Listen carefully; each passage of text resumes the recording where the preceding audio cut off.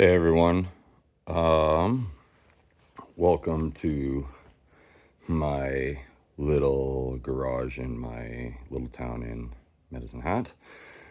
Um, this is my, again, gonna be trying to do a couple videos, and sorry, I'm not the best at doing build videos, because, more or less, I have 3 kids, and they take up, you gotta be a dad. They take up a good majority of my time. So I'm just gonna try and go through some stuff. I'm gonna try and do some build videos. My kids want to do some stuff with me in this truck, and so far, I've explained the story of my vehicle Rudy, which probably nobody really cares about. But anyways, shout out to Project Pathmaker Productions, because I mean he basically inspired me to do that Pathfinder build, and I had that truck for almost 10 years. So it was really devastating once when it actually left. But to be honest, I'm digging this truck. It's basically got the spirit of a Pathfinder in it. Again, marketing, Nissan, whatever. These things should have been technically the Pathfinder, not the R51s or the R50s. This should have been the Pathfinder. It's a WD-22. Let's be real here. But anyways, go through you guys what I've kind of done.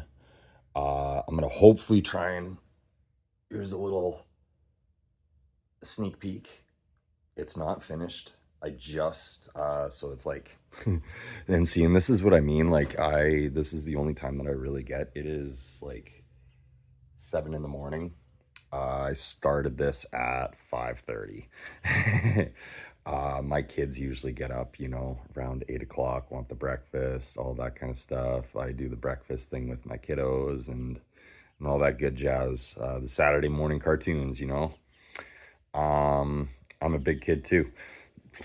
But hopefully I can help you guys out in doing some builds here or some stuff on these vehicles, because I noticed there's not too many videos on anything, really. But I understand, people do have trouble, but at the end of the day, it's taking bolts out and putting bolts back in. The vehicles are not terribly hard unless you're working on the motor and transmission. And I mean like tearing down motor and transmission.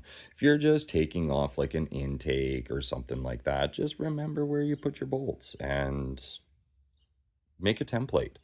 It's not hard, but tearing down a motor, yeah, then yeah, absolutely. But anyways, I'm trailing off. What I wanted to talk about was so I have a video up on doing the rear shackles on these bad boys. So let's see if I can get some light here. But anyways, so I did the rear or the poor man's lift on this guy, and cranked up the front torsion bars all the way. And when I say the spirit of my last truck, Rudy, my last truck had a 3-inch Rancho suspension, Mevotech upper control arms, lower control arms, the energy suspension bushings, the coils, the everything. Unfortunately, with this vehicle, it's a little bit of a different suspension setup. So what I was able to take from my previous vehicle, so as you might recognize, these are just shy of a 34. They're 285 75 16s. There's where the damage from my when Rudy got hit. But MT 200s sure tracks, good tires. They've been really good to me, very aggressive, and yeah. probably cannot see it, but let's see here. Actually, it'd be better on the back, actually. I gotta take care of that. If I would recommend actually taking the steering pumps from the Pathfinders. They're the same, and they're stronger. Why? I don't know. Grab that when you can. I've done that twice now, and you throw bigger tires on these things, that is gonna go. So they kind of fit, not really. So they are almost completely compressed, and I have to get the low profile bump stops, because I am almost on the bump stop. I have maybe like a eighth or a quarter of an inch between the bump stops. That's when they're cranked up all the way. But anyways, the Rancho 3-inch or 2.5-inch suspension that I had from my Pathfinder, the front shocks are almost fully compressed. Almost. Not quite. At this point, I don't care. If I blow them, I've already spent the money on them. They fit. I will get the Bill Steins after I blow these ones. Working on a front bull bar. I'm going to hopefully try and do a build video for you guys there. The one thing that I did notice from my Pathfinder, just working on these vehicles and on this vehicle, why they called them the WD-22. It is the same chassis. It is a truck body. This is why these are very capable of vehicles. They are on a truck chassis frame. So if you actually notice, the toe point is in the exact same spot as the 95 WD-21 Pathfinders. Same bolted setup. Now, I have a bull bar from the WD-21 Pathfinder that I custom built that I did not want to get rid of, because that thing is robust and it is good for a winch. I noticed possibly extend the brackets, because this part of the frame is now extended from the Pathfinder to the Xterras. Remove this. This is not going to hold shit. I will tell you that right now. Pardon my language. I drilled into this just to see how thin the steel is, and maybe I could put like a plate in behind it or something like that to, you know, help support it. This thing is held on by 10mm bolts, literally like right in behind here. 1, 2. Other side, 1, 2. Do not mount a winch to this thing. It will shear off like nothing. I guarantee it. If you're gonna do something, I'm gonna try and do something and help you guys out to do a custom build, or you know, just do something simple that works. And I work at a fab shop, so I deal with this kind of stuff every day. We deal with like buildings and structures, so I can build structurally and get guys to structurally. Yeah, there's the two little 10mm bolts that will be holding your winch on if you decide to plate to that, because really the middle of your vehicle is going to be right around here, and your winch will maybe sit, give or take, depending on how big your winch is and how low you want it, you know, be around here, because you still want ground clearance and approach angle. But anyways, enough on that. Over to the other side. Fixing up the plastics, because the plastics fade out. A little bit of a ding on this side. Also, the name of the truck, or the name of the truck is Chuck from Angry Birds. My kids love that show. So do I. And I love that bird. Did not realize that it was Olaf from Frozen. But anyways. I custom made a idler arm brace from my Pathfinder. Again, Same steering setup.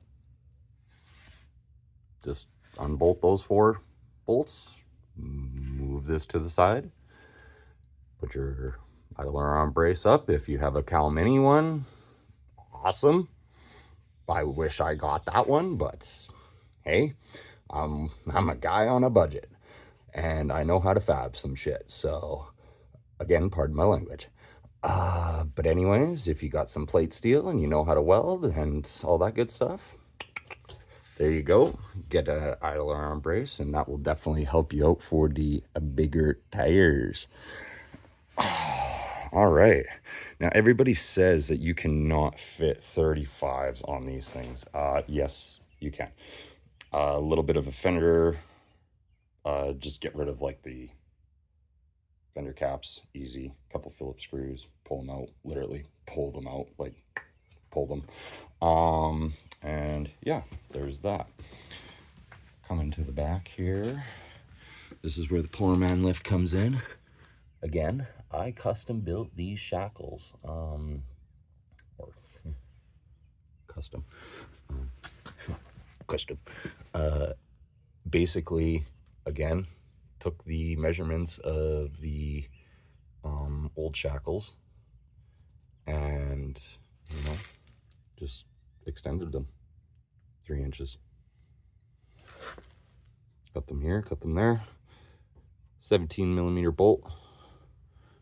17 millimeter bolt. Hit the old shackle on the inside from here. Hitting it on the bolt is you're going to damage it. I do have a little bit of a video on it that kind of shows you a really good way and quick, less than a half hour, to change the shock bodies and the shackles out. Knock that guy out. Now, the one thing I do explain in my video is that these are splined. Some guys might not realize that when they go to, say, do this on their own. Obviously, if you don't spline these will just all over the place, because why wouldn't they? They need something to hold them there. So you need to knock those back in, and this is going to be a slightly bigger than a three-quarter size hole, and this one is a can't remember. I want to say slightly bigger than a 1/2 inch size hole. But again, don't drill it out too big or else you won't be able to spline them.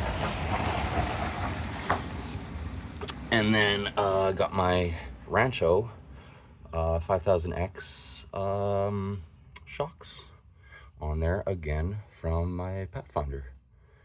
That once you cannot get those on without these. Same thing with the front.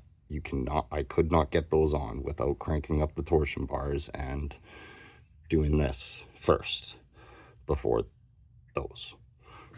So, one thing that I still have to very much fix is that. So I'm hoping the one thing I can buy from Cal Mini, because I see they are actually one of the cheapest to do, is the add-a-leaf spring suspension. So, and then I got plans for the rear bumper to do a swing arm, rear tire carrier, and all that jazz. And then last night, so if you guys have the supercharged version, I highly recommend. Now, they say you don't change the supercharger oil. It's the lifetime of the vehicle, which is, I mean, that could be any number. There is a T30 bolt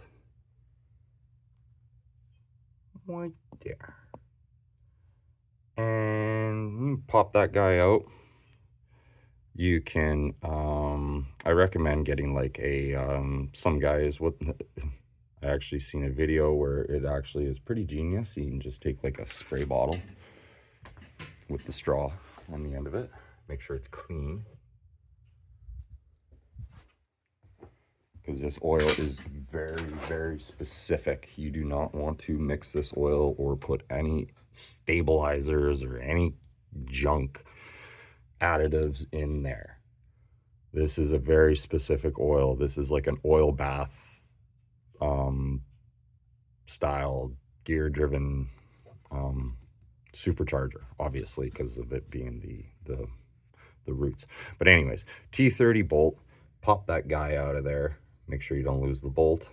It kind of goes in deep a little bit. I would say about maybe a quarter of an inch or so. It's gonna hit a gear.